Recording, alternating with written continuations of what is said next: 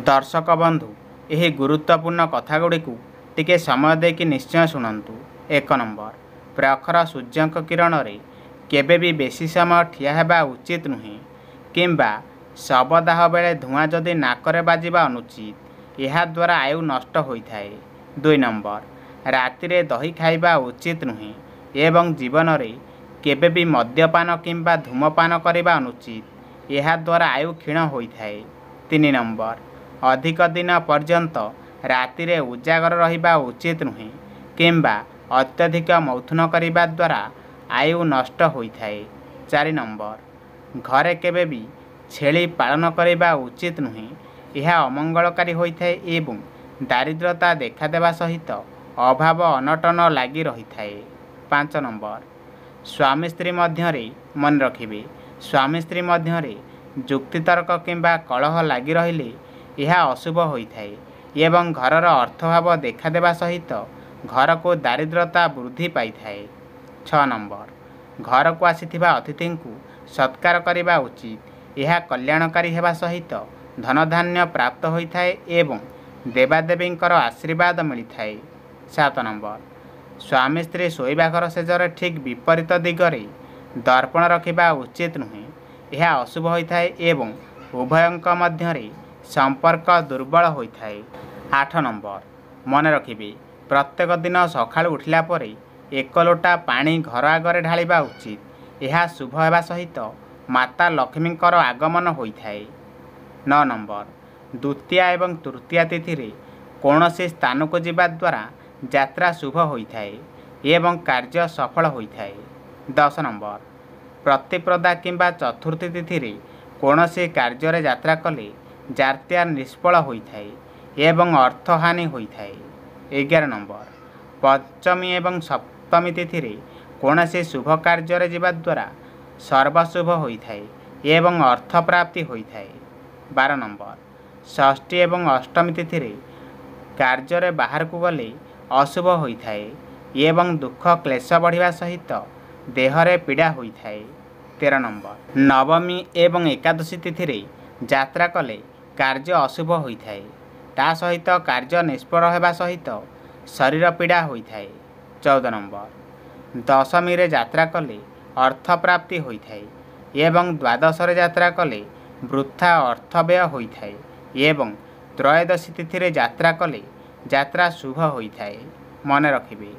15 number, चतुर्दशी तिथि रे यात्रा कले मनांतर होइथाए एवं अमावास्या रे दुख वृद्धि होइथाए एवं पूर्णिमा रे यात्रा कले सर्वशुभ होइथाए।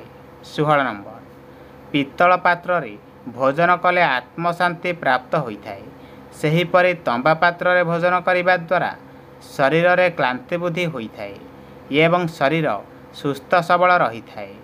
17 नंबर, कदली पत्र रे भोजन करिबा द्वारा मानसिक शांति प्राप्त होइथाए एवं आयु वृद्धि हेबा सहित दारिद्रता दूर होइथाए। 18 नंबर, भोजन करुथिबा समय रे, स्नान करुथिबा समय रे एवं अशौच समय रे काहाको नमस्कार करिबा उचित नुहे, यह द्वारा दारिद्रता देखा देइथाए। मन रखिबे। 19 नंबर, एक हस्तरे गुरु गुरुजनक ब्राह्मण एवं देवादेवी को केबे भी नमस्कार करिबा उचित नुहे, यह अशुभ हेबा सहित अमंगलकारी होइथाए। 20 नंबर, बुधवार किंबा शुक्रवार दिन नख किंबा बाल काटिबा उचित, यह शुभ होइथाए एवं आयुष वृद्धि हेबा सहित आत्मशक्ति वृद्धि पाइथाए। 21 नंबर, पिलामानक जन्मदिन रे खसा तेल लगाई गाधोई देबा उचित एवं खसा लडू खाइबा द्वारा वर्षे पर्यंत विघ्ननाश होइथाए। 22 नंबर, शनिवार दिन लुहा जिनिष किना बिका करिबा उचित नुहे, यह अशुभ होइथाए एवं विभिन्न प्रकार क्षति हेबा सहित दारिद्रता वृद्धि होइथाए। 23 नंबर, गालरे केबे भी हाथ दे बसिबा उचित नुहे, यह द्वारा मुंड व्यथा होइथाए, खाद्य हजम होई न थाए, गोड़े जंत्रणा देखा दिए एवं मनरे दुश्चिंता वृद्धि होइथाए। 24 नंबर, बाछुरी सहित गाई को देवी सदृश पूजा कले माता लक्ष्मींकर कृपा लाभ होइथाए एवं घर धनधान्य रे परिपूर्ण होइथाए।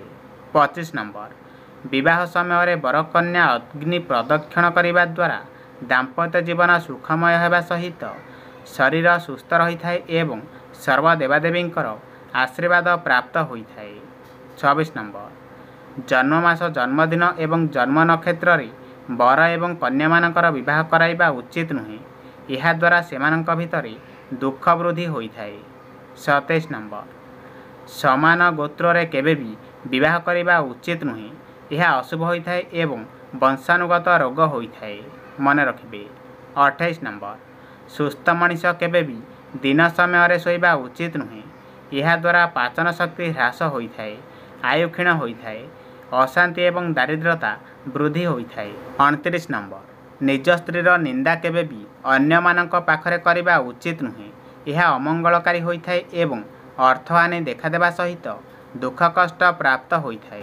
30 नंबर गर्भवती महिला माने केबे भी दांतमूल को काठी द्वारा खुंटिबा उचित नुहे। यह द्वारा संतानर अमंगल होइथाए एवं संतानर आयुष कम होइथाए। 31 नंबर छोट छोट कथारे केबे भी शपथ नेबा उचित नुहे। यह अमंगलकारी होइथाए एवं जीवन रे दुख कष्ट प्राप्त होइथाए। 32 नंबर गरुड़ पुराण अनुसार भूमि को गोबर रे लिपि ता उपरे तिल एवं कुश मिसाई मरणासन व्यक्ति को शुआई देवा द्वारा व्यक्ति पाप खंडन होइथाए एवं स्वर्ग प्राप्ति होइथाए। 33 नंबर कुकुर पछरे केबे भी गोड़ाइबा उचित नुहे। यह अशुभ होइथाए एवं अमंगलकारी हेबा सहित अनिष्ट मध्य होइथाए। 34 नंबर रजस्वला महिला माने धर्म आलोचना श्रवण करिबा उचित। यह द्वारा जन्मित संतान धार्मिक बुद्धिमान एवं ज्ञानी होइथाए। 35 नंबर रजस्वला महिला माने आखिरे कजल लगाइबा उचित नुहे। यह अशुभ हेबा सहित जन्मित संतान अंध हेबार संभावना रहिथाए। 36 नंबर रजस्वला महिला माने शरीर रे तेल मालिश करिबा उचित नुहे। यह अशुभ होइथाए एवं जन्मित संतान निकमा होइथाए।